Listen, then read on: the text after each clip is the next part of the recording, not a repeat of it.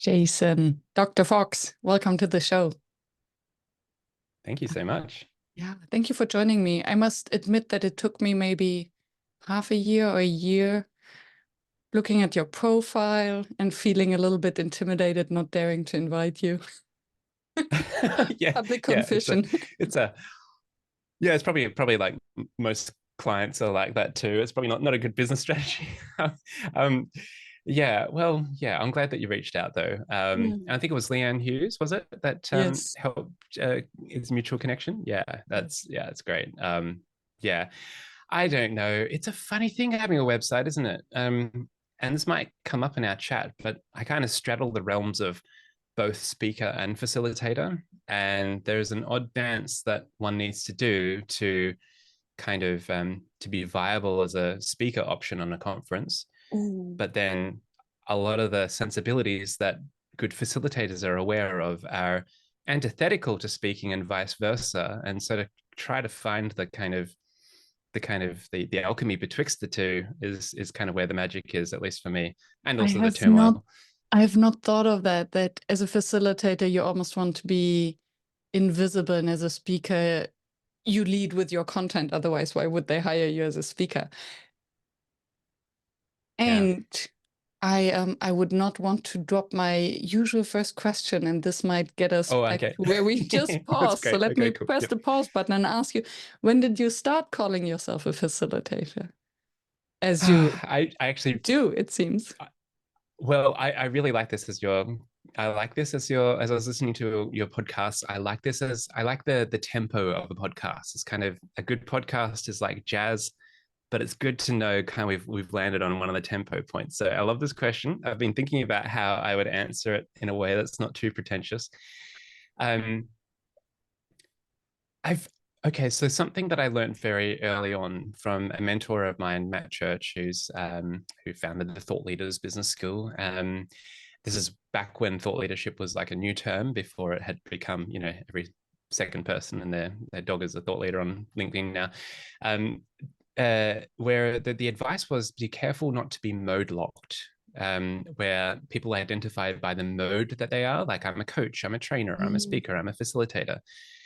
And so, whilst I had an affinity for facilitation and an appreciation and respect for the kind of the profession and the craft of it, I've been careful not to identify too heavily as a facilitator. Or when I do, I try to pair it up with another word just so that we can kind of keep it alive, like facilitator provocateur or speaker facilitator or things like that. Having said that, this could be just that I went through a deep hipster phase and I was just trying to be all special and unique compared to the rest of the market, and I confused and confounded the folks that just wanted to know, do I facilitate or not? But so I don't know if I call myself a facilitator, but facilitation is a big part of what I do. Thank you. And I find it fascinating how each of us has a kind of story around the label. Do we like to wear it or not? So what do we associate? And I think do you like the? And it's funny. I started calling myself a facilitator when I learned that it was a thing. As a non-native speaker, I didn't even know the word facilitator first. Yeah, that's right. And I was remembering in Germany, there is no term for it. It's called a moderator, but a moderator is not the same thing as a facilitator. So I could never identify with it. And you had someone on your podcast recently, the British lady, talking about how facilitator is a known word and concept, and it's quite accepted there. Yeah. I find this delving into the kind of the words. I hadn't thought about that as a if English isn't the kind of first language, what it's like coming to the word. Because the definition for facilitation is to make things easier, right? Yeah, from the Latin or French. And this really resonated with me when I came across it, because then looking back, even as an academic and a lecturer, that's what I did with the students. So we would play classroom experiments and use comic books to approach economics. So it's so good. And nowadays I struggle actually to call myself facilitator, because it's not. Oh, really? Yeah, because I find it kind of limiting. Because it's, yes, I do facilitate also now in the podcast, but it's not the thing that I would primarily do to generate an income, for instance. But maybe it's more of a philosophy nowadays. Yeah, I relate to that. I mean, I think that all of us need to maintain an element of mercuriality, like the ability to shapeshift and to kind of contain our multitudes and to show up and serve in whatever role serves the context that we are called to. I mean, what would you call yourself? This is terrible. I don't know why I'm asking this question. I can't stand it when I'm asked this. So, I mean, but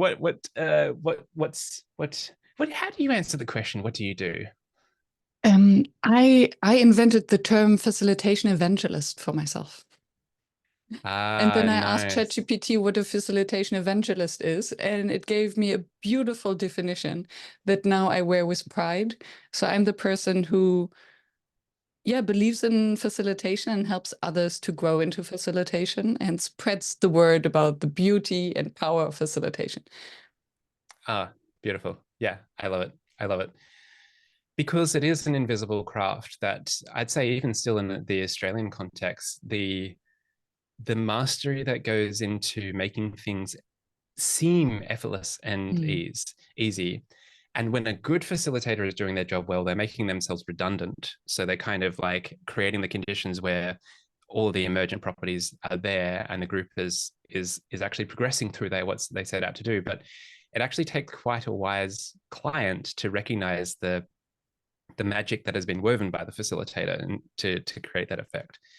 And I'm not sure if it's always, that's the market here, at least in Australia, even though I've worked around the world, but compared to other places like the work that I've done in Europe, it doesn't seem quite always as mature, but sometimes some clients, they get it, they see what's happening, and they appreciate that you haven't forced your own ego into the context, or you haven't derailed it, or you haven't kind of slaved your contribution to some preordained set of slides or activities, but you've been able to be attuned with acuity and aware to whatever is needed to serve the group.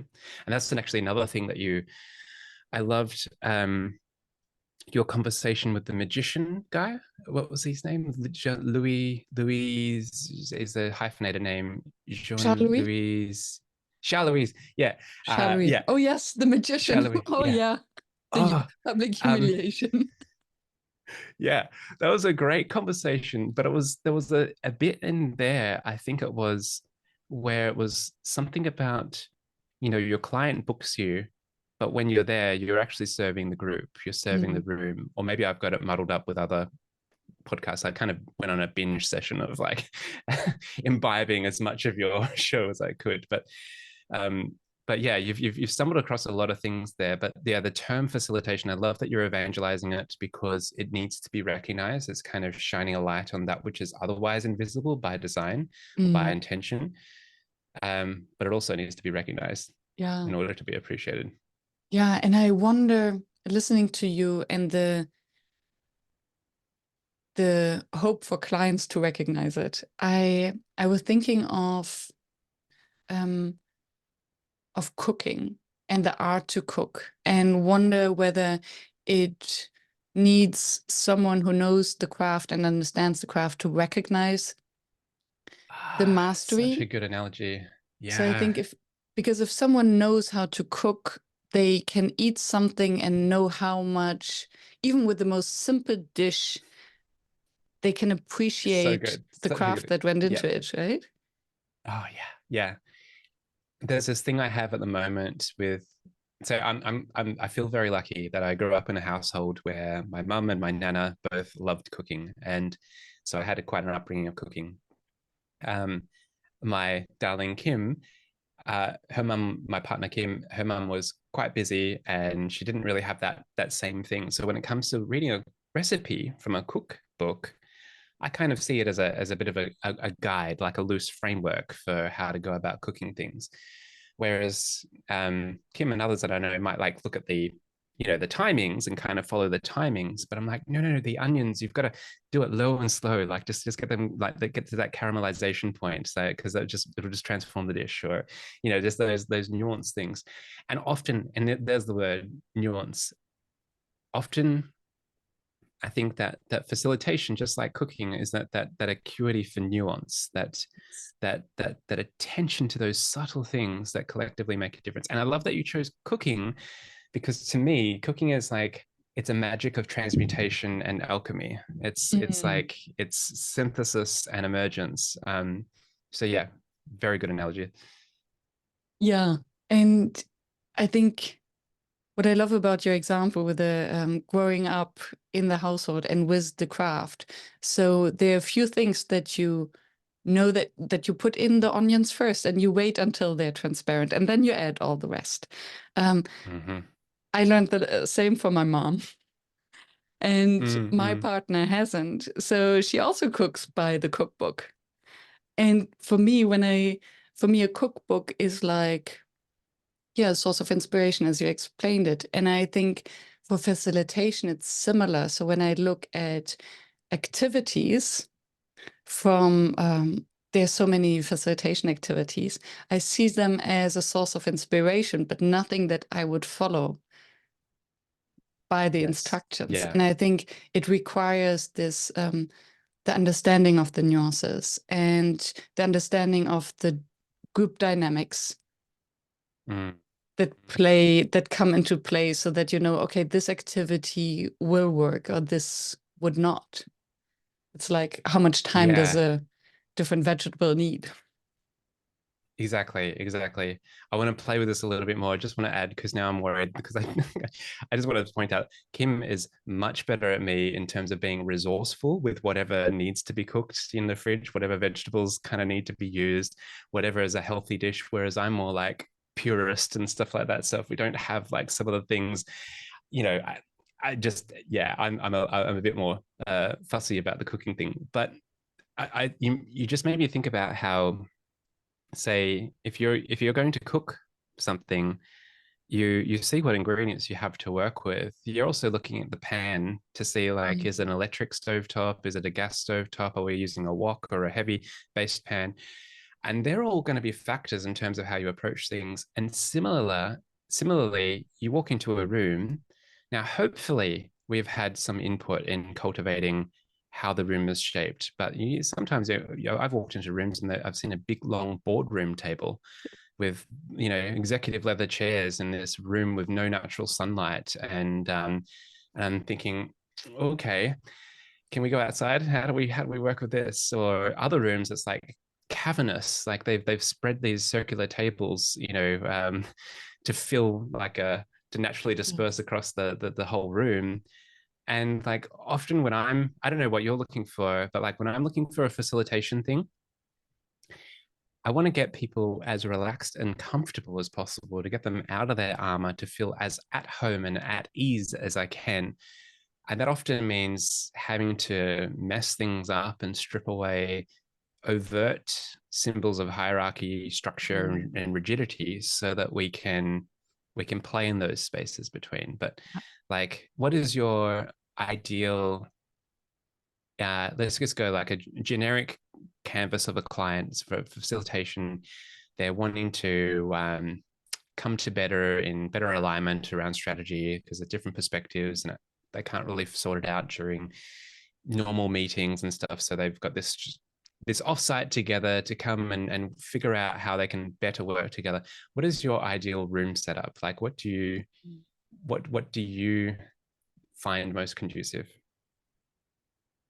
I think a big, almost empty space, but that still feels warm, with daylight and lots of wall space, and some chairs or couches in the corner, so that small groups can find each other, but then a lot of space to also just stand around in the middle, so that we can share standing up, and then Nice. break out into smaller groups that really feel comfortable, as you say. Yeah. And then that open space means that there's room for fluidity if people want to move between topics, but it's not often separate rooms where it's like behind closed doors. So we're all together still, but there's enough distinctions within zones so that people can move. I love that. Yeah. And that and I have a thing for slight imperfection, because I think that if everything is perfect, it's almost as if you don't want to touch or break anything, or that if you have these beautiful flip charts, then nobody dares to put a sticky note on it, or they would not write on it, but only put sticky notes because you don't want to mess up with this beauty. Oh, yeah. And then I think it's in the way of what you described, the participants feeling comfortable, at ease, at their best. Yeah. I got to say, for most of the venues here in Australia, imperfection is built in. It's part of the service. Like the whiteboards that some of them wheel out, you can hear them from a kilometer away because they're squeaking on these wheels, and they're wonky, they're dented. You can see ghost images of the last facilitation thing still on there. When you go to wipe them off, it creates a smear. And often the venue will provide you with these ultra thin markers that, you know, you have to actually be about an inch away to see what has been written on it. So it's, you know, it's they're determined to, like, perhaps they've over-indexed in imperfection. So I could probably suggest that they just ease up on that. It's like, don't worry, me the facilitator, I've got all the imperfection we need, you know. And I love, then you actually, just do your thing. And I would love to double click on this distinction, actually, because there is the imperfection that is in the way to ease. So for instance, I would always bring my own markers, because if people have an idea, hooray, I want them to put it on a sticky note in the easiest and most comfortable, fun way possible. So it should be an experience to use the Sharpie. And if it's an old ball pen or an old branded bit of stationery from the venue, and then it's in the way of letting the ideas and creativity flow, and that's then the imperfection that I wouldn't want. That's good. There's an adjacent concept around useful friction. So one of those things, like eliminating the not useful friction, like pens that don't work and, you know, wobbly tables and all of that stuff. But then there are some things where it's like, oh, the coffee cart is actually 5 minutes walk away. Like, that's great. That's actually awesome, you know. Or even I love it so much when tech fails. Like, so I try to come as low to no tech as possible, just to kind of preserve optionality and freedom and all the organicness of it. But when the client, maybe I'm kind of brought in as part of an offsite and I'm only a half day as part of a 2-day event. When their tech fails, oh gosh, it's just such a boon. It's just so often so good because everyone relaxes, there's humor, and they try to figure it out. And then because the group can see the person who had probably spent weeks preparing their slides, they can see that they're stressed. So the group itself kind of leans in and supports more, and just a different kind of magic emerges because of the kind of hiccup. I like those moments. Yes. And it brings everyone almost closer together, because then you cannot show the slides. So everyone has to listen a little bit louder, come a little bit closer. And it shows the fallibility. And I think under the condition that the facilitator doesn't freak out and screams at the tech support people. But totally. Then having failed to provide. Yeah. I try to brief when I'm working with others in an offsite. It's like, there's going to be something that will go wrong. It happens all the time. Like, just hope that it happens early so we can kind of like, cool, there's the thing. Let's roll with it. There's a quote by Nassim Taleb, who wrote Anti-Fragile, Things That Gain from Disorder. His quote was, "Difficulty awakens the genius." And I've heard him refer to how he gives presentations, where he says that he almost intentionally speaks quietly and mumbles a little bit, which means that people need to lean in and listen harder to kind of keep up. And there is something, I mean, people say to me all the time that I talk too fast, or, you know, I open up too many tangents and so on.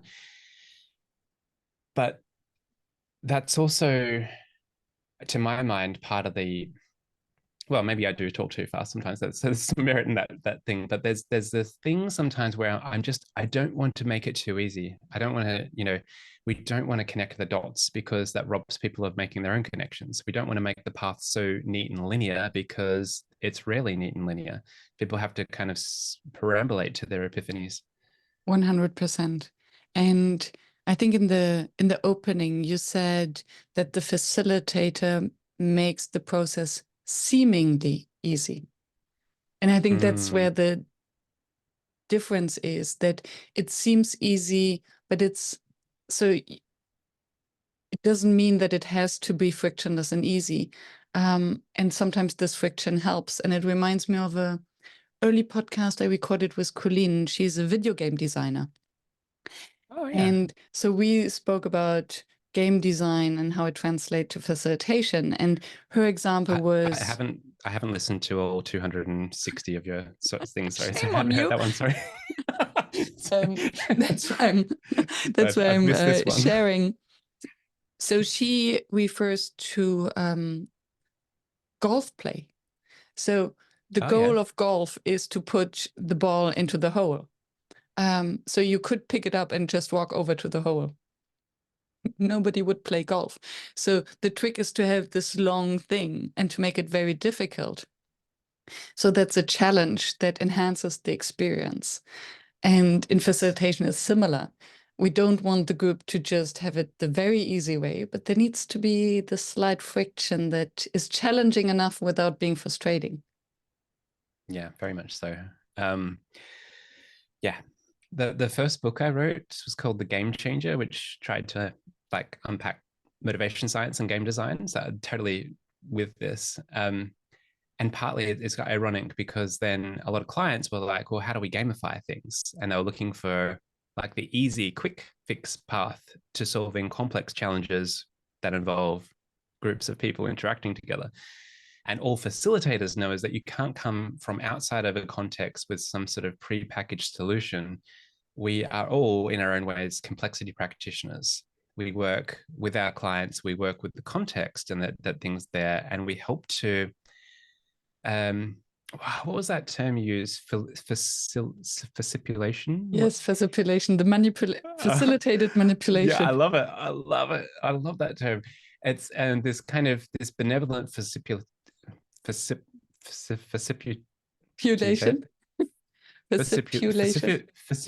Gosh. Anyway, the approach of I've actually lost myself now, but this links back to something I was trying to mention at the start, because my hesitation around pure facilitation, as in the pure invisible facilitator, is that if you've done that enough times, there are going to be moments where you realize, you know what, this group does not need the invisible facilitator right now. They need someone to step in, hold some context, and potentially hold the tension. And rather than just smooth things over because everyone wants harmony and everyone wants to get along and make things nice and to tick boxes and to get through the run sheet, if you've done facilitation enough times, you know, okay, there's a pattern here. I have a perspective that I think will be useful to break this pattern, to kind of catalyze us to be out of this kind of spiral or loop.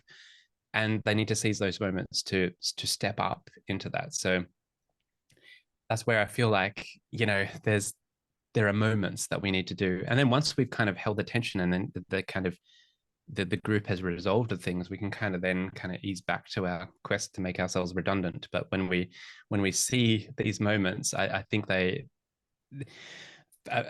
master facilitator ought to be called to intervene in a way that serves the group. Yes. And I think that's indeed the high art. So how do you know when it's time to step in because they need this slight push? And when is it time to step back and trust that, oh, they will figure it out? Yeah. And this is in the realms of the intuitive, which all of us facilitators would be aware of, because there's no schema that can say if this then that. We have to be just attuned. And this is where I find myself sometimes using the term energy. It's a very vague, non-specific term, similar to vibe, but there is a sense that if you're attuned, you know when the time is right. What's often on my mind, though, and actually this is a question I wanted to ask you. This is a slight tangent, but it is related. In my own reflections of the pathway to facilitation, I know I've got my own past of my parents breaking up when I was very young. And so I'd stay with my mom, and then I'd stay with my dad, and I'd see different perspectives, different versions of it. And there was part of me that was trying to synthesize, but also understanding there's different contexts and so on. And then I think from a young age, that sense of seeing different perspectives and then trying, perhaps there's this part of me that's always yearning for harmony, or for at least for people to kind of be able to see and understand each other. It's brought into things. So sometimes when I'm in that moment where that tension arises, and you've got the big serious alpha executive man who doesn't realize that they're actually potentially the main part of the challenge here, and everyone's too scared of them to be able to say anything, so everyone's dancing around, but the emperor has no clothes. But then as you kind of highlight this to them, you've got to realize that this person's actually got their own insecurities, and they're maybe feeling terribly alone and fragile, and they've all their armor and bluster as a protective mechanism. So how do we do this in the way that's gentle, that doesn't create division, that all this is in hyper real time, code word anxiety potentially, or something like that, that's just transmuted into some sort of higher service. But I wonder, in your experience, for folks who found their way to facilitation, is there any kind of, do you notice any pattern in terms of it might not have be growing up through a divorce, but something that sets people on a pathway, like what's been your experience in chatting with 200 plus people? And it's funny that you asked the question, because while you were speaking, I was like, I wonder whether there's a pattern. Because I think from the conversations I had with fellow facilitators and also my own upbringing. So my parents are still married, I think over 50 years. And I remember the most difficult times when I was a kid, just hoping that they would divorce. It would be so much calmer at home if they would just split up. And I think as a kid, believing that it's on me to create harmony and to make sure that everything is fine, that mom and dad get better along. And I hear it from actually many facilitators who grow up in environments where there is maybe an underlying conflict, or they have, as children, this sense of responsibility of the adult stuff. And I think this, at least what I can say for me, is it made me hyper aware of moods and the energy in the space. So I know exactly, okay, is this going to blow up? Is it the silence before the storm, or is it safe? And I think this this creates an intuition. There's and no doubt you'd know there are certain topics that can lead to potential flare-ups, or the conditions, and how do we shape that. So that there's another element to this. And there's if I was to think to one of the things that I find frustrating about facilitation as a profession, and this is mainly frustration at my own self that happens many times, and definitely a lot more when I was younger, is that there can be this insipidness that happens with facilitation, this desire to harmonize and to make everything nice, and let's make sure that everyone's perspective is heard, and that there's I'm going to contrast this because a good friend of mine, Tyson Yunkaporta, he's an Indigenous scholar. He wrote a book called Sand Talk, How Indigenous Thinking Can Change the World. He's a wonderful guy. There's within Indigenous Australian culture, there's this concept of yarning, which is where you actually have time for conversation at depth and at length. It's not kind of boxed in or anything, but it's also not one person talking and then the other person taking time to talk. It's where there's like an energetic dynamic, and sometimes there's like emotion and stuff like that, and but everyone's kind of attuned. Everyone's collectively facilitating, but attuned. And sometimes when I've had the joy of witnessing it, seems like very respectful, organic, alive. And then some facilitation when it's been kind of like a harmony seeking that hasn't transmuted into the maturity of knowing, okay, I need to step in here, or this is the moment, or I need to intervene in a way that kind of surfaces this because I can see that there's something festering here. And the reason they brought in an external facilitator is because I need someone to pattern disrupt this. Yeah. But if we don't get to that point, I do find it frustrating where sometimes a role of facilitation may be seen to be everyone keeping things nice, keeping it harmonious, making sure everyone feels safe and heard. And the psychological safety, if that's done too much, that can have its own kind of toxicity to it, where I know it's a controversial thing I just said, but like I love psychological safety is like, where is the danger? Where is the like, let's actually have some courage to be disliked. Thank you for bringing that up.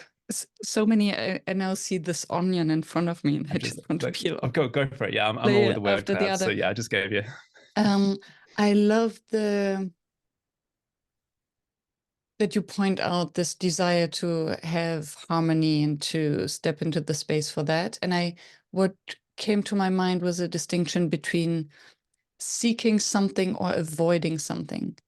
So I think if we're facilitating or interacting with a group because we seek clarity, conclusion, decision, it's a different energy than if we interact with a group avoiding conflict.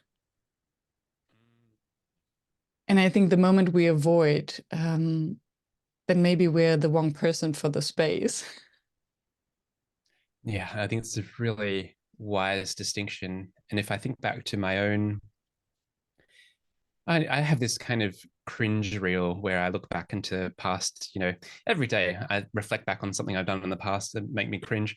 And if I think back to if I think back to some of my very early facilitation engagements, I was so worried about making sure that the client and that everyone in the room liked me and thought it was good and it all worked well and people had a good time.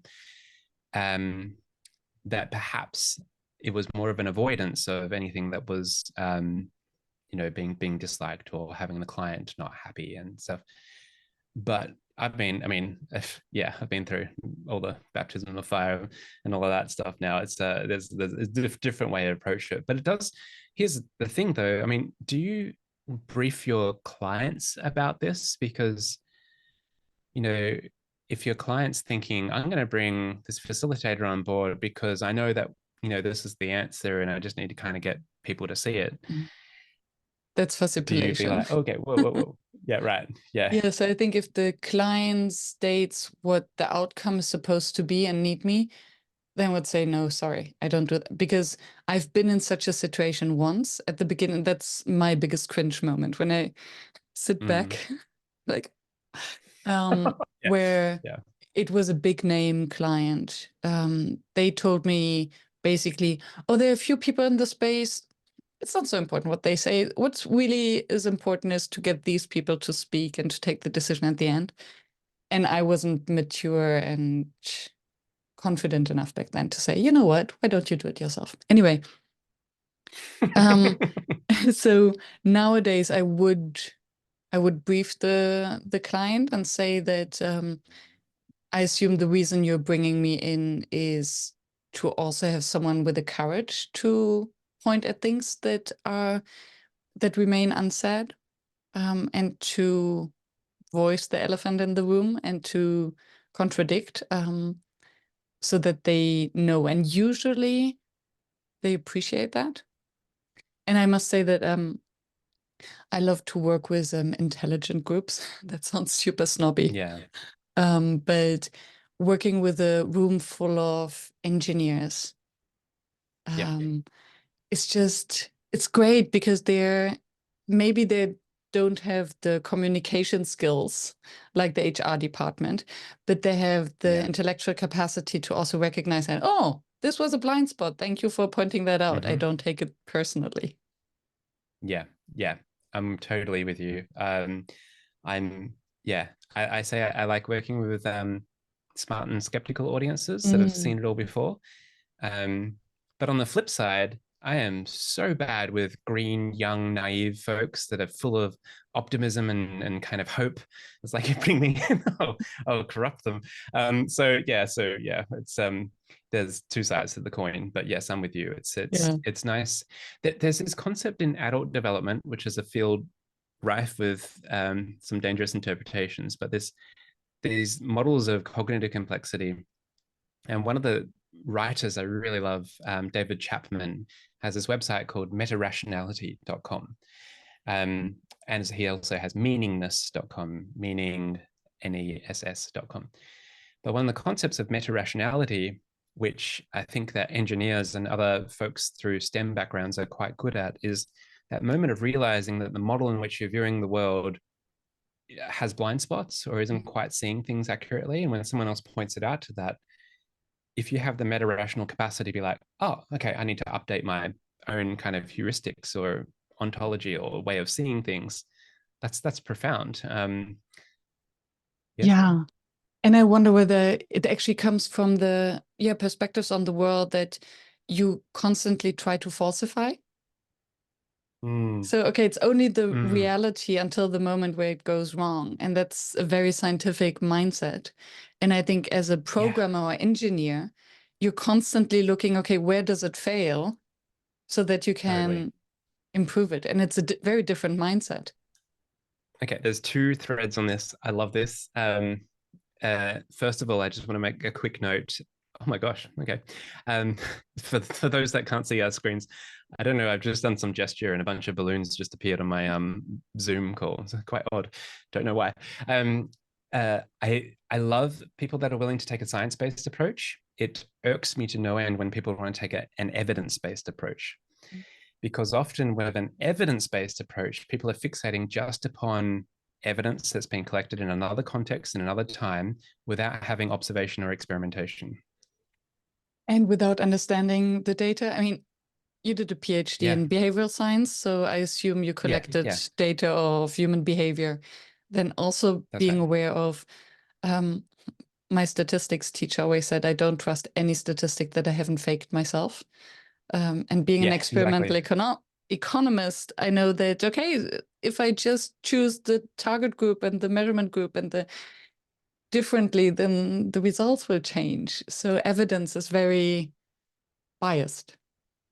Or not, biased. Exactly. And it works from a propaganda perspective, but you have to do a lot of unpacking to understand where it comes from. And this is the second point I want to relate to, when you're saying constantly seeking to falsify. There's a branch of philosophy known as metamodernism. Have you heard of metamodernism? No. So if we look at modernity, and the kind of philosophy of modernity was belief in rationalism, belief in the individual, belief in our institutions. Then came postmodernism, which actually brought a lot of critique, which was like, oh, okay, well, that's good, but why is it only typically men who's winning the awards? And why is it that you say this particular thing, but you don't have this? But post-modernity just brought only critique. There was no reconstruction that happened on the other side of the deconstruction. Metamodernism attempts to synthesize postmodernism and modernism in some sort of superposition. So I can say, look, we got a lot wrong with like modernity, but we also got a lot right, and we can potentially learn from some of these things. Like, yes, we haven't kind of got equality as perfect as we can be, and this kind of there's another thread here that I like, is that there seems to be this very anti-woke stance that happens in the world. I'm all for being post-woke. Like, I think it's actually useful for people to have a moment where they realize systemic inequality and how complicit we are and how limited our systems are. It's just not a stable state to stay in, just as post-modernity is not a stable state to stay in, because you can't just spend your whole life critiquing things. It's just when we get to that next synthesis point, and one of the charms of meta-modernity, and you can see this in meta-modern artworks and cinema and stuff, is this what's known as sincere irony or ironic sincerity. And this has been something that served me so well, because nowadays, when it comes to, say, speaking, because everyone, like, it used to be that TED Talks were a profoundly wonderful thing, and now there's so many of them, they've become almost a parody of themselves. And when someone's being super sincere, I don't know, but I often can't trust them. I'm like, hang on, this sounds too polished and stuff like that. My bullshit meter's like that. So having sincerity with a bit of an irony or a bit of awareness that what you're saying is mostly true, but it might not actually work out in the future. All we're doing is sharing our proto-synthesis, whatever we've lived through, and all of our knowledge and experience, we've synthesized it, but it's only ever a prototype that we're constantly updating. Then that means we're constantly falsifying our own self, but we're not to the point where we're diminishing ourselves and not contributing. We're still contributing with sincerity, but with enough ironic distance to be like, okay, what I sincerely and earnestly believe here, I'm also wise enough to know that this might not be the case and it might change over time. So there's a lightness, a dance to how we go about it. And what I love about that is that it almost invites the audience or the others to contribute and to have a look. It's as if you're just saying, oh, come here and have a look with me, instead of postmodernism just finger pointing at the others. You did it wrong and I'll fix it. And then one reply could be, okay, let me fix it, but then it's a dead end or a catch-22. Yeah. But inviting them and leaving the space, not taking ourselves too seriously. I think that's a very facilitative approach, and I can see how helpful it is, because very often with the groups we deal with are the complainers, the naysayers, the finger pointers. And we need to break this routine. And break the expectations of perfection, because there are sometimes impossibly high standards that people call things to, the result of which means that we become locked in a broken status quo. But anytime anyone tries to propose something, it's not perfect. So therefore, it doesn't get. We need to kind of be able to effectively dance or maneuver. Well, there's a concept I really love of the judo flip, which is where you kind of, or the Aikido move, where you work with the energy of the room, but at the key leverage points, kind of flip it, and then we've done the paradigmatic shift, or something's unlocked, or something like that. But we're, rather than fighting the energy, we've kind of work with it. Yeah, and there is a concept called verbal Aikido, I think, and I love it. Oh yeah, where you use the energy or the words of someone to flip it and to bring it back to that person. That's cool. I didn't know that. That's awesome. Yeah, I'll look that up. Yeah, great for facilitators, verbal Aikido. And in this light, I would like to come back to another layer of the onion that I put aside earlier, the psychological safety. The slow cooked onion. Yes. Yeah, great. Just that's good. It's low and slow. We want the onion, don't want to rush the onion. Hopefully that it won't make us cry. Because I'm not sure I agree with the statement that there can be too much psychological safety. How dare you? And I wonder whether it's, I would assume that at the end of the when we clarify the wording, we do agree. Oh yeah. But for me, for me, psychological safety is the the context or the norm within a group where we can show up as our authentic, imperfect, vulnerable selves. It does not mean that we have to be all nice to each other and not criticize. And it's rather the opposite. It's a space that is safe enough to criticize without taking it personally. Yeah. So my main, yeah, totally with you. The main thing I see is where the concern for psychological safety is done on overdrive. And there's a hypervigilance that gets in the way of, here's an example. In a good facilitated session, I love getting the room to the point where someone's sharing something and then they're sharing something and then someone's like confident enough to actually skillfully with empathy interject and be like, hang on, I think we're missing something here. Now, in a toxic psychological safe environment, my worry would be that people would be so worried about interrupting others and they want to make sure everyone's heard, that everything becomes a little bit stilted. And then also, if we really play with it, it's where you kind of start going around circles. Okay, I just want to authentically share. Okay, I just want to say I'm very grateful for, what was said over there. At the moment, I'm feeling, I'm feeling a little unsafe in my chest and stuff like that, and and then it just, cool, this is good, this is nice, but I think we've missed something key in terms of the psychological safety thing. We want it to be, genuine. We want it to feel like we're a group of friends in a lounge room together, talking about something that we all care about, and we all care about each other. Yeah. Where we criticize ideas and not the person behind it. Yeah, exactly. Yeah. And then I think it's, again, this overemphasize of psychological safety in a toxic way would mean avoiding conflict, whereas creating psychological safety in a healthy way is almost seeking conflict.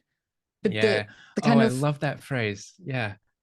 Your distinction before avoidance and seeking, I just think it's just a really good heuristic. Yeah. Because then we do want to create the psychological safety so that we can have this healthy conflict. Often, a lot of the time, I feel bad about this. It's sometimes I have a team that is doing well, that has a good strategy, that's working well together, and I have time with them, and I'm doing these kind of probes to try to ask questions like, all right, what are we pretending to not know?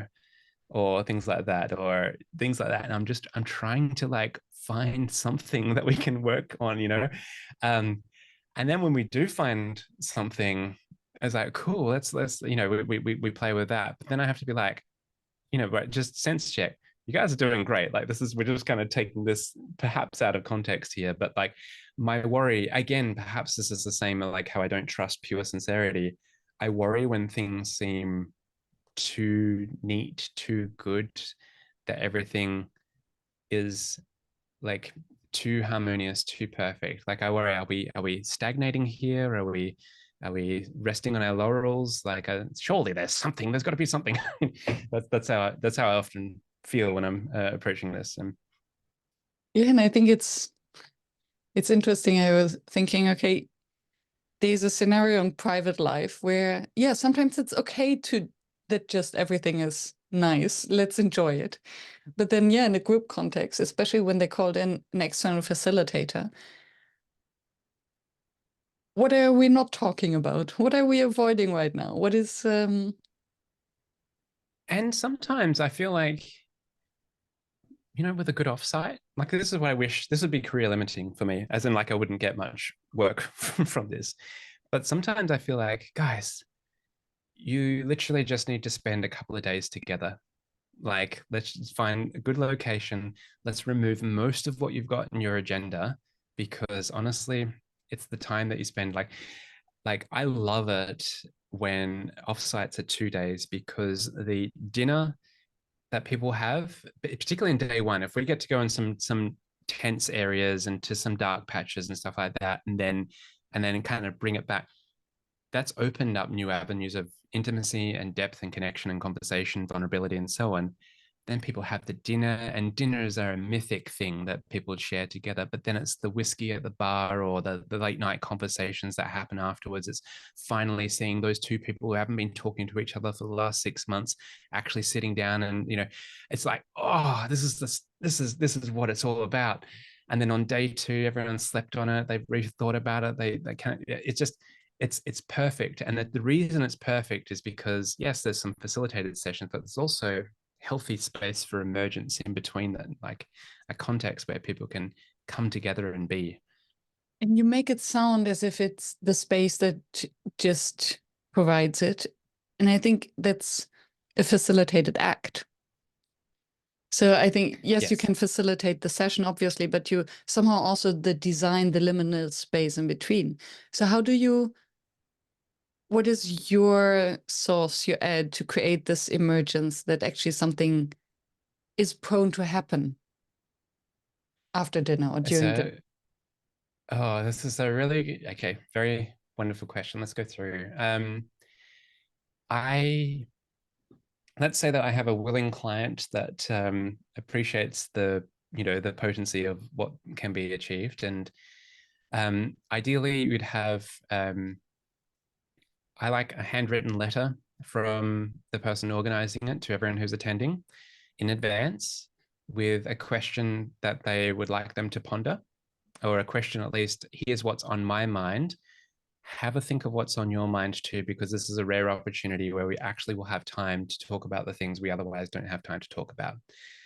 And this question, what's on your mind, my good friend Michael Bungay-Stenier, I'm not sure if you've spoken to him yet. Not yet. He's another one that I haven't even dared approaching. Oh yeah, I'll connect you. He's absolutely wonderful. He's like super, like one of the most loveliest people ever. He has a book called The Coaching Habit. And there are 2 questions in that I absolutely love. First question is, what's on your mind? Or I like to think of it as the OM question, on my mind, OMM. And the next question he says is the OR question, AWE, and what else?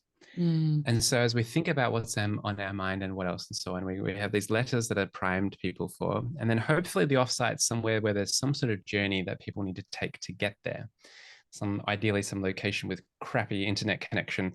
So people arrive, there's some fussing about to try figure themselves out there. But then there's going to be some sort of pattern disrupt. They might be used to expecting some PowerPoint presentation deck, but it'll be something else. The lighting will be no downlighting, good ambient lighting, maybe some stools set up and stuff like that. And maybe there's, again, if budget's not an issue, a wine tasting or something from the local providor and stuff like that. And people are just settling in there, and there's a sense of ease. We're not having to rush here. And then, so we go through day, they sort themselves out. Let's say they came in the evening. Normally people arrive at lunchtime. I've already stuffed up my timeline. Anyway, the main point I get to is it's the dinner. And usually they want the facilitator to join for dinner, but I'm usually wrecked by then. But it's also something about trying to create the conditions where during the dinner, I will sometimes plant seeds of like important acknowledgement and gratitude things that happen, like a progressive toast that will happen to the individuals that are gathered, where everyone effectively should end day 1 feeling seen and heard and appreciated. And then we'll make sure that there is a bar or something like that, or there's people can go for a walk, and that the day 2 doesn't start too early the next morning. So there is actually time to reflect, to journal, to integrate, to walk, and so on. And when we do gather, there is a sense of coming together, and there's not this artificial rush to translate whatever's happened into top tips or a neat action plan or things like that. There's this the reverence that we've had important things here. How do we actually keep this going? What does meaningful progress look like for us going forward? Things like that. Thank you. And what I hear is a few ingredients. One is the explicit care shown through the letter, the handwritten letter, and a personal question that shows then the vulnerability and openness of the leader or the sponsor of the entire thing, which is an invitation for the others to also, and shows curiosity. Yeah, exactly. I'm asking you a question that is relevant for me, so I'm showing curiosity in what they think. And then the time to, and then the disruptions towards what they usually would expect. They would expect PowerPoint presentations. No, how can we make it differently so that they feel seen? And how can we give them time? And what comes up for me when I listen to you is that often we are so eager to write everything down and to have the list and the action items so that we rush through it to get that done, instead of trusting that if something emerges, an insight emerges because it grew and it riped. It will stick even if we don't write it on a flip chart. Yes. And there's certainly rituals around how we, okay, so there's a couple of things that I do. Like early on, one of the things I like to do before we go into the group context thing is to genuinely have folks arrive. Now, not just show up, but to arrive. And part of that arrival is an activity I get folks to reflect on their life as though it were an autobiography, where every single moment leading to this moment right now has been written down in this big unfurling story of their life. Not a preordained story, an unfurling story. Of course, it's narrative fallacy, but there's still patterns and themes. And if we were to take a look back at the last 12 chapters, the last 12 months, and take a step back and summarize and distill that into just one word, what would that word be? And this is where everyone gets an insight. They hear the kind of one word themes. They get a glimpse as to the complexity of the different lives that people are living, because you've got some single parents, or you've got folks that there's all sorts, and people are just reminded that, there's a lot going on for every one of us coming to here. So I find that's really an important step. And then before we leave, there is, I remember I saw a presentation by Rowan Gunatelika. He's a guy, he's based out of Dublin, I think, at the moment. He made the like a mindfulness app called Buddhify. And he did a closing presentation, and his main thing was just reminding people that we've just had a shared experience in a context that's very unlike our normal day-to-day context. And something special's happened here, but we're going to return. And we've got partners that maybe have been looking after things whilst we've been away. There's emails to do and so on. Just try to be gentle with yourself as you manage this transition. Don't rush into the things. The important things will be with you. And I've really liked this sensibility, as opposed to what I often see, which is, all right, what's your top 3 things and how are you going to do it within 24 hours back at work? And so how I like to close it is with everyone progressively sharing something they're grateful for and something they're excited about. Reflective gratitude, projective excitement. And that generally does this thing of helping people to ease into that next context, but with all the caveats I just said. I love that. And it reminds me of something that I somehow forgot. So I used to do these 10 days meditation retreats, Vipassana, that for 10 days. Wow, you did Vipassana. Yeah. I've been meaning to do that wow, that's amazing. So I've done 4 in total. And the last one was just before the pandemic. So it's time to go back. And why am I bringing this up? Because one insight that I had was that over the first 3 days, I have so many ideas, because you don't read, you don't write, you don't talk. So there's a lot of time you spend with yourself and your own resources. And at one point you realize all these ideas are coming up. And then I was looking at places where I could steal a piece of paper, where I could borrow a pen just to secretly take notes because of all the insights that I had. And what I realized that after 10 days, the insights that are really relevant, that moved and touched me, they stay with me. And it's after Vipassana that I quit my job, that I started my business, that I found the topic of the podcast, and all these things. And I think that's what I hear in what you described, just trusting that what's really relevant will stay if we just allow it a little bit of time and calm. I love that. There's this part of me that's so warm to the mythopoetic, myth as a means to navigate complex challenges, because often, well, myths are, as Martin Shaw, the mythologist, Dr. Martin Shaw would say, myths are the beautiful lies that tell a deeper truth. And one of the persistent things within myth is this notion of the muse or the demon or the daemon. And as my own thing, I have this thing where I have these ideas that I try to almost kill off, but they persistently come back and haunt me. And there's almost this feeling like some of them have been 5 years. It just keeps coming back, and I just feel this kind of this intuitive sense that, okay, maybe the time is right. And then also there have been times that, I go and see other people do the thing that I had thought of years before, but that's okay. I didn't attend to the muse at the time. So I'm currently in a space of trying to work out how to cultivate a better relationship with my muse, or how do I relate to it as a concept? I don't know. But the Vipassana thing, I hadn't thought of that. I sometimes do hikes, and they're wondrously, like, the heavy lifting that nature can do when you're actually in the wilderness.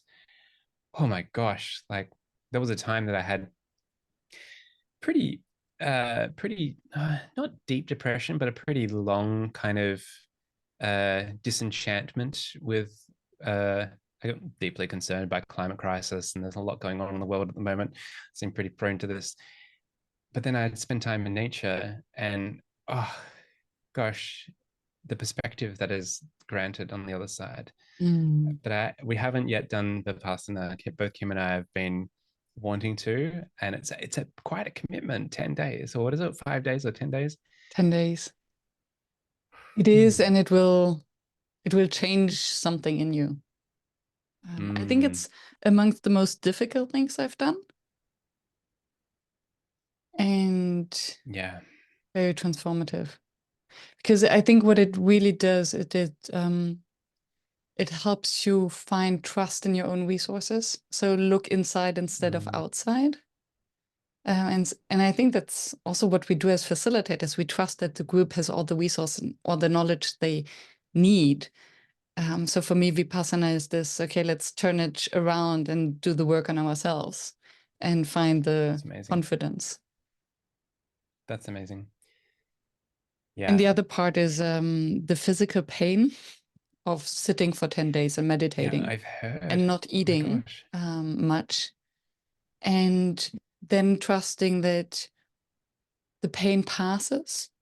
And as you see the physical pain pass, you then learn that, oh, for the emotional, mental pain, it's just the same. It comes and it goes. I'm very curious as to what your transition back from Vipassana into modern life is like. I did a hike once back when I was in uni doing eco philosophy, where we hiked for 10 days in remote wilderness. But as we were back on the bus coming back into the phone's reception range, you could hear the phones starting to beep again and people kind of tuning back in and getting lost in it. How do you go about managing your own state where you've, day 10, and then you get to, like, how does that transition work for you? I think you have to be very careful.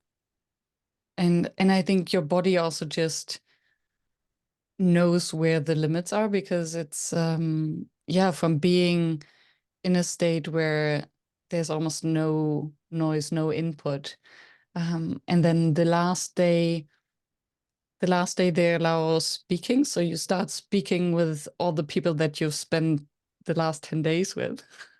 So there's a lot of noise already, and you can see the different types of people. Some who immediately go and chat with others, and others who are like, okay, first need a little bit of quiet time. It sounds odd after 10 days to digest.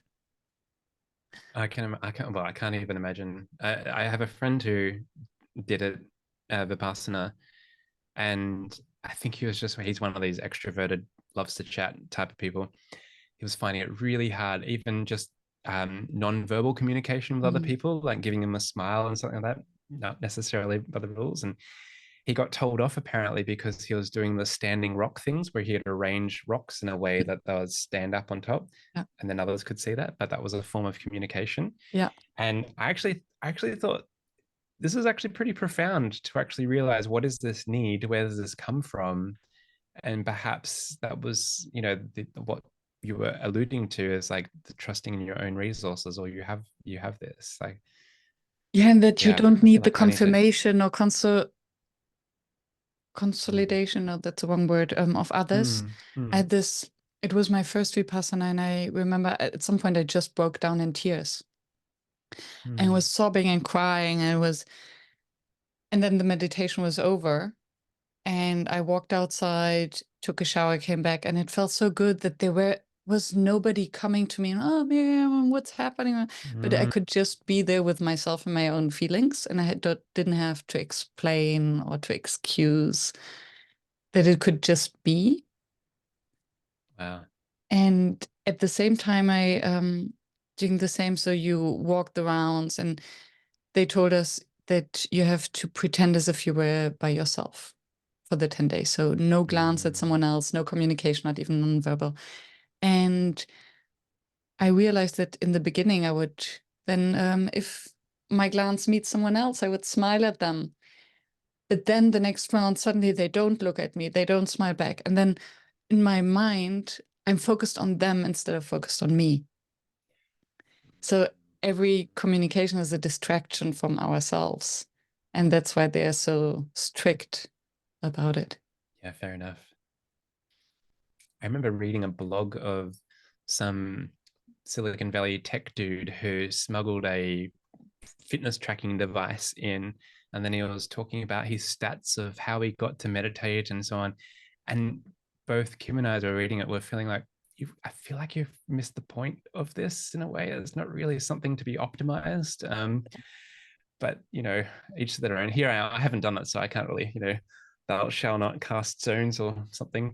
But I'm very much in awe of that, and you've kind of put it back on the radar for me to consider. Do it if you get the chance. Okay, all right. Yeah, thank you. because it reveals so many hidden sides. I remember hiding and doing my push-ups without any of the people looking, because I had this thing that I need to stay fit, but you're not allowed to exercise. So then someone coming to me and telling me, no, you're not supposed to do yoga or physical activity. Yeah. The trickster in me would be so trying to find the edges, like just, but why? Oh gosh. No. I was almost scary to think you kind of have to stare into the abyss or something. Oh gosh. It is. Anyway. Yeah. Beautiful tangent. And I have a few more. I have one question that I parked previously. And then I have two of my standard questions that we have to squeeze in.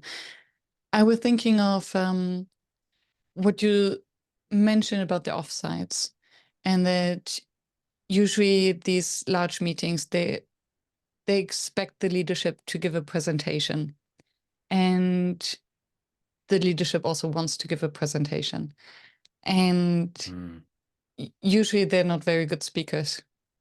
And I was wondering, for you as a facilitator and a speaker who masters the craft of both, what is your recommendation or advice to these leaders who invite their people to an offsite, and then of course they want to share information, but how to do it in a interesting, facilitated way that it then also leads to emergence of whatever happens after? Yeah. I mean, yeah, it is.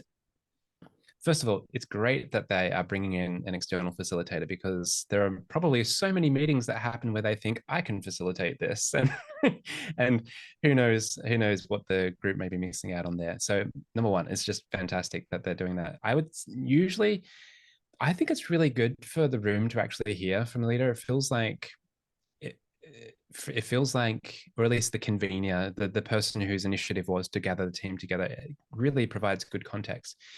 And how it's often worked for me is to almost do an intimate little interview thing to early on in the piece at the start, where, you know, I get so the sequence right at the start would be often I might kick things off as, you know, speaker provocateur mode, and that's often putting out fires before they begin. That's winning over the most cynical and skeptical people in the room. It's basically having them primed that this is not going to be a waste of time where we just go through and tick boxes. This is something quite deep and important. And in my presentation mode, I have distinctions between meaningful progress and the delusion of progress. And we kind of unpack that so we can be arranged or aligned to meaningful progress. Then I would, you know, have a chat with, so the group's warmed up. I would have a chat with and the group in that stage has already had conversations with each other. They've already done their reflective thing about their word and where they're at in life and what they're coming to. If the client has actually done the thing of the handwritten letter and what's on their mind and stuff like that, I might use that as a bit of an interview thing to go a little bit deeper into a few things. And really, this is a chance for the kind of the convener / client to say what's on their mind, what they're kind of worried about. I can ask them questions like, what are you like, if this was to be misinterpreted, what are you worried that people might think, or things like that. And it just gives them a chance to really kind of, for them to feel heard, but also for everyone in the room to see that, oh, this person actually cares about us and where we're going and all of this, and this feels really important as an opportunity. And that usually opens things up. And then there's humor, and also, of course, you know, and facilitators need to be kind of part-time jesters as well, because it's the jester that tells truth to those in power, and a lot of truth is said in jest.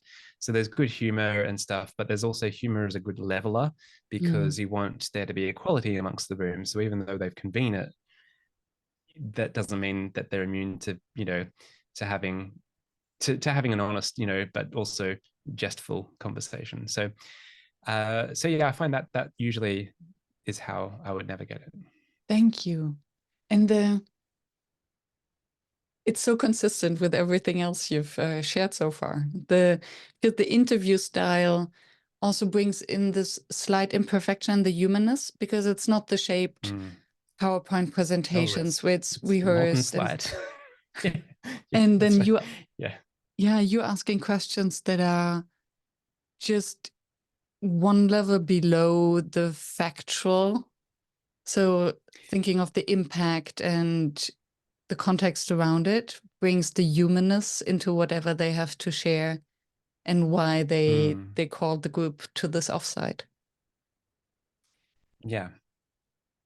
I will also have to brief the client to say, look, we're not going to do, I'll give you a sense, roughly we'll talk about some of these things, but just as you did with me with this, you know, we don't want to have them prepared with the questions that they expect to be answered. Like, we don't want to have prepared answers. Yeah. I've had this habit of asking this odd question at the start, where just to kind of have them off balance a little bit, where I was just asking them, like, how do you feel about mustard? And all questions. And then they're actually thinking about it, and they're like, well, I actually really like condiments, but I don't really like hot mustard. Seeded mustard is good. And I was like, no, okay. And we get into a food conversation, which is just such a universal appeal, because just we all love food, and it's a unifying thing, especially culture. in Australia. And then we can kind of, then we can amble into the deeper questions. So yeah. I love that. That's facilitating the conversation, creating the safe space for the person you're interviewing, showing their human side. I love it. Modeling it for the rest of the group too. Yeah. And you made a distinction between meaningful progress and delusional progress. Yeah. What do you understand by delusional progress? So where's the trap? All right. So the trap is, I'll give you a very quick tour. Our motivation, our focus, our attention, our behavior naturally gravitates to the things that provide the richest sense of progress. the things that provide the richest sense of progress are often default things. So they're well-established patterns of behavior, and the defaults are the options we choose automatically in the absence of viable alternatives. So this is the quick fixes, the familiar solutions, the default ways of doing things. Now, this can sometimes have us feeling quite productive. Yeah, the box ticking and all of that. Like during the pandemic, there were a lot of leaders that resorted to micromanagement because it gave them a great sense of productivity. They felt good. But they weren't necessarily doing what the leaders need to be doing, which is stepping up and into complexity, ambiguity to shine a light on the path for others to follow. And so the delusion of progress is where everyone's working hard, we're really busy, we're ticking boxes, but are we moving closer to future relevance? And meaningful progress is that which brings us closer to future relevance, to the state of like our activities make sense given the context that we find ourselves in. But asking the question, what is future relevance, takes curiosity, empathy, and it's kind of the reason why we gather together to make sense of things. Future relevance, I love that. It's what are we avoiding? What are we not looking at? What's in our blind spot? Yeah, because nobody knows future relevance. So every perspectives are needed to collectively make sense out of it. And there's this thing like we're already doing heaps of things that already don't make sense, let alone will make any sense whatsoever going forward. Then it's like a question of what lens are we taking? Are we talking about the business strategy? Are we talking about the technology we use? Are we talking about how we relate, the value proposition that we have, the key customer segments we work with, the activities, the value? There's lots within that, but that's kind of how I find it framed. And we also have a version of what the delusion of progress looks like for an offsite or for a facilitated meeting, where it looks like we've done work and we feel good, but have we actually moved closer to future relevance? With this, then, so one of my standard questions is, what makes a workshop fail? Oh, yeah.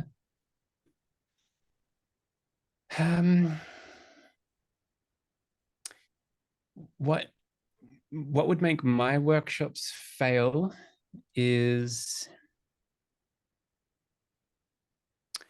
it's usually, oh gosh, I feel like for me, the majority of my work is before the offsite itself, in trying to preserve the space for generative ambiguity.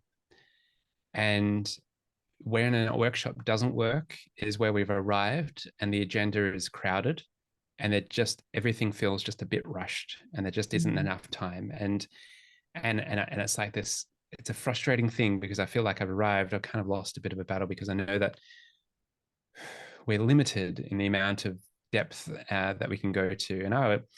And ideally the client is primed so that we know that the run sheet is more of an amusing hypothesis about how things might go, and that we want to have flexibility and be able to eat into lunchtime if we're somewhere really good and all of that stuff. But if it's a high stakes event and there's a bit of death by committee and stuff like that, and I've usually the workshop won't. The workshop will be a recipe for underwhelming success if I kind of don't intervene effectively in the earliest events, and that feels like a failure to me. Thank you. And what the image that just came to my mind, or the insight, that especially in offsite, if we have this cramped agenda, it almost seems as if we know what's best for the group and have planned that. And then we want them to just run through it, to tick the boxes. Whereas when we have less items on the agenda and design more for emergence, from what you explained beforehand, we almost transfer the trust or the responsibility into the group, trusting that they will make out of the time and get to something that we could not have planned in this cramped agenda. Yeah, exactly. And it's not the extreme of an unconference where people show up and there is absolutely no structure at all. There is intentionality around the contextual flow that we're trying to work towards, and there's enough kind of like premise there are enough conditions in place to ensure that there is some sort of movement that is facilitated, but it's a lot more open than perhaps a lot of clients are usually comfortable with. So it takes a bit of a little bit of coaching is for them to I actually have a briefing soon with someone who wants to help their leadership team be better at navigating ambiguity. And they want to see my slides in advance. And I'm like, I wouldn't bring slides to something like this. So I have to do a lot of hand holding to make sure that they're okay with the ambiguity that we're going to be facilitating. How ironic. Yeah. It's ironic, but I'm not sure if they see it yet. Anyway, I'll hopefully help for them to realize. Beautiful. So what remains your number one facilitation challenge?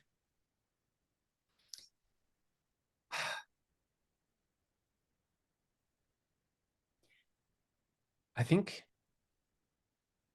my number one challenge remains one of the key lessons from the book, and the title says it all, The Courage to Be Disliked.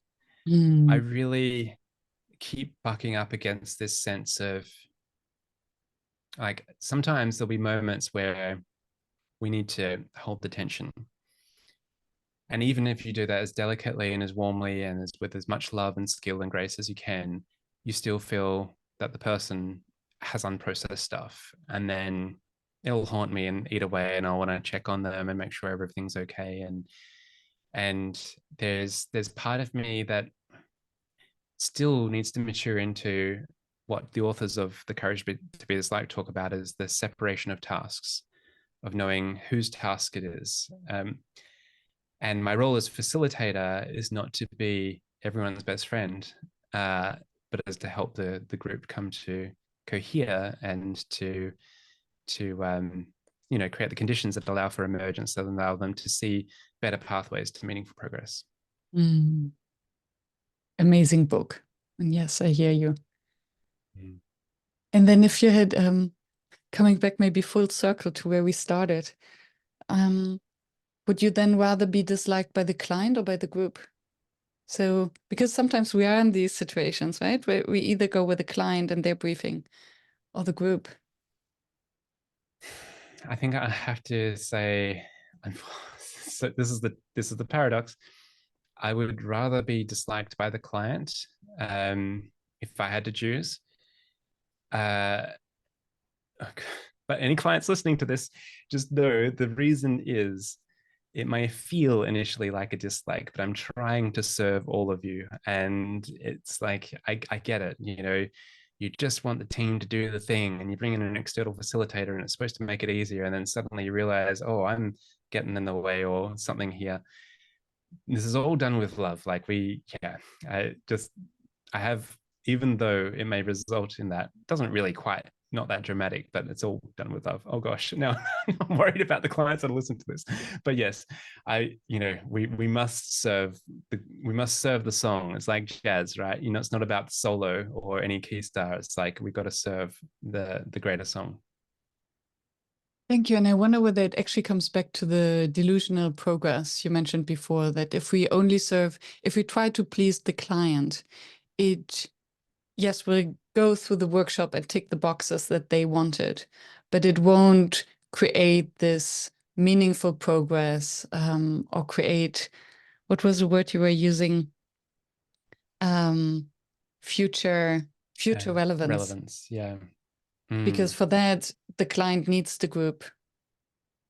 So they have to actually do the work and feel good about it. And then it's the long term, they might see that you're actually serving them by.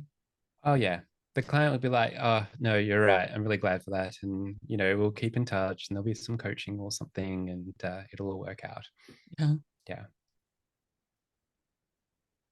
Great questions. I love it. I love that. Yeah, I love it. Thank you. This has been such a lovely chat. Thank you so much. And we'll put your links in the show notes for anyone who wants to reach out to you, work with you. We haven't even talked about your books. They're amazing. Oh, that's okay. That's okay. Yes, thanks. I'm working on one right now, but that might not come out until the end of 2025. So this will be a wonderful opportunity to have you back on the show then. Oh, yeah. That'll look forward to that. And in the meantime, where can your audience find you? For my corporate propaganda, drjasonfox.com. That's drjasonfox.com. And for the stuff that's perhaps a little bit more career limiting, foxwizard.com is kind of my moonlight persona, where I get to write about the stuff that's emerging that may not be quite palatable already for enterprise land. Beautiful. Thank you so much. It's been Thank you. It's been a joy. Beautiful conversation.